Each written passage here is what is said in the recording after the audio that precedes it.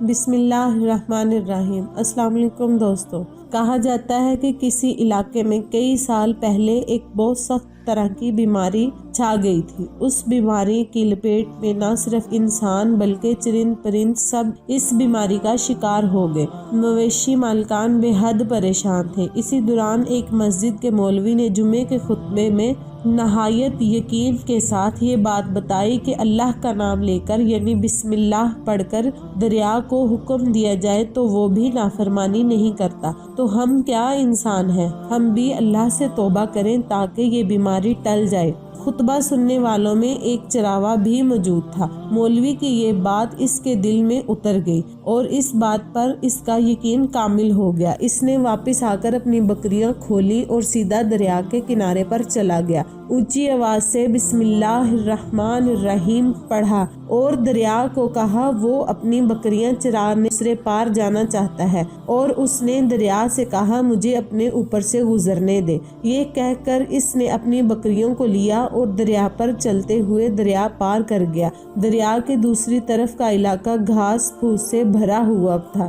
درختوں کے پتے بھی صحیح سلامت لٹک رہے تھے، کیونکہ کسی کو یہاں تک آنے کا کوئی راستہ پتہ نہیں تھا اور نہ ہی دریا کے اوپر کوئی پل تھا۔ اس نے خوب اچھی طرح اپنی بکریوں کو سیر کروائی، گھاس پھوس کھلائی اور واپس لوٹ آیا۔ پھر یہ اس کا معمول بن گیا کہ وہ دریا کے پار بکریاں چھوڑ کر واپس آ جاتا اور شام کو جا کر بکریاں واپس لے آتا۔ اس کی بکریوں کا وزن دگنا چگنا ہو گیا۔ لوگ چونک گئے، اس سے پوچھنے لگے وہ اپنی بکریوں کو کیا کھلاتا ہے۔ وہ سیدھا سادہ اور صاف دل نوجوان تھا۔ اس نے صاف صاف بات بتا دی کہ جناب میں تو بسم اللہ الرحمن الرحیم پڑھ کر دریا پر چل کر اپنی بکریاں دوسری طرف چرانے کے لیے لے جاتا ہوں۔ یہ بات سب نے سنی مگر کسی نے اس چراوے کی بات پر یقین نہیں کیا، کیونکہ یہ ناقابل یقین کی بات تھی۔ مگر بات ہوتے ہوتے مولوی صاحب کے پاس پہنچ گئی۔ مولوی صاحب نے اس چراوے کو بلایا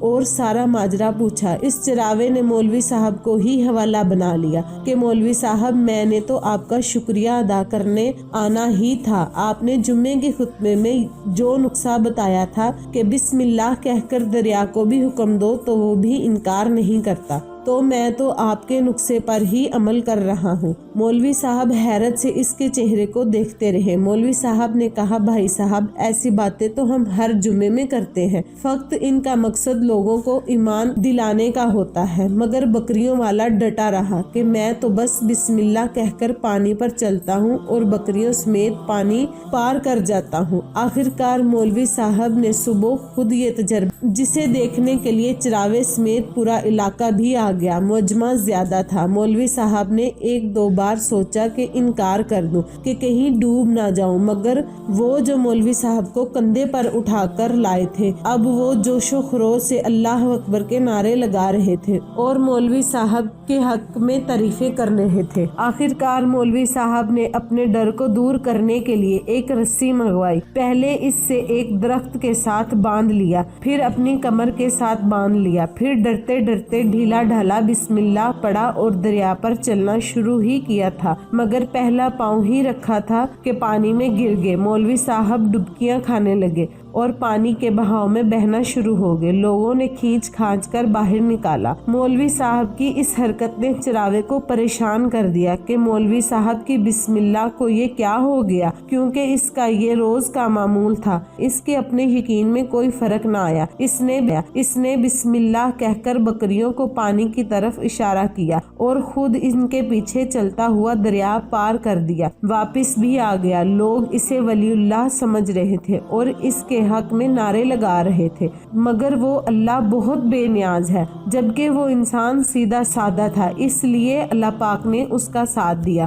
وہ مولوی صاحب کے پاس پہنچا اور کہا مولوی صاحب میں آپ کی بسم اللہ کی تعریف سے کافی پریشان ہوں، مگر پانی پر چلتے ہوئے مجھے آپ کی بسم اللہ کی بیماری کا پتہ چل گیا۔ اس چراوے نے درخت سے باندھی رسی کی طرف اشارہ کیا اور کہا مولوی صاحب یہ ہے آپ کی بسم اللہ کی بیماری، آپ کی بسم اللہ کی برکت برکت کو یہ رسی کھا گئی۔ آپ کو اللہ اور بسم اللہ سے زیادہ اس رسی پر بھروسہ تھا، لہٰذا اللہ تعالیٰ نے بھی آپ کو اس رسی کے حوالے کر دیا۔ پھر کہنے لگا مولوی صاحب آپ بھی کمال کرتے ہو، میں نے آپ کے منہ سے سنا اور یقین کر لیا، اور میرے اللہ نے میرے یقین کی لاج رکھ لی، مگر آپ نے اللہ کا کلام سنایا مگر یقین نہیں کیا، لہٰذا آپ کو اللہ نے رسوا کر دیا۔ محترم عزیز دوستو، یہی کچھ ہمارا حال ہے، ہماری نمازوں اور دعاؤں کا بھی حال کچھ ایسا ہی ہے۔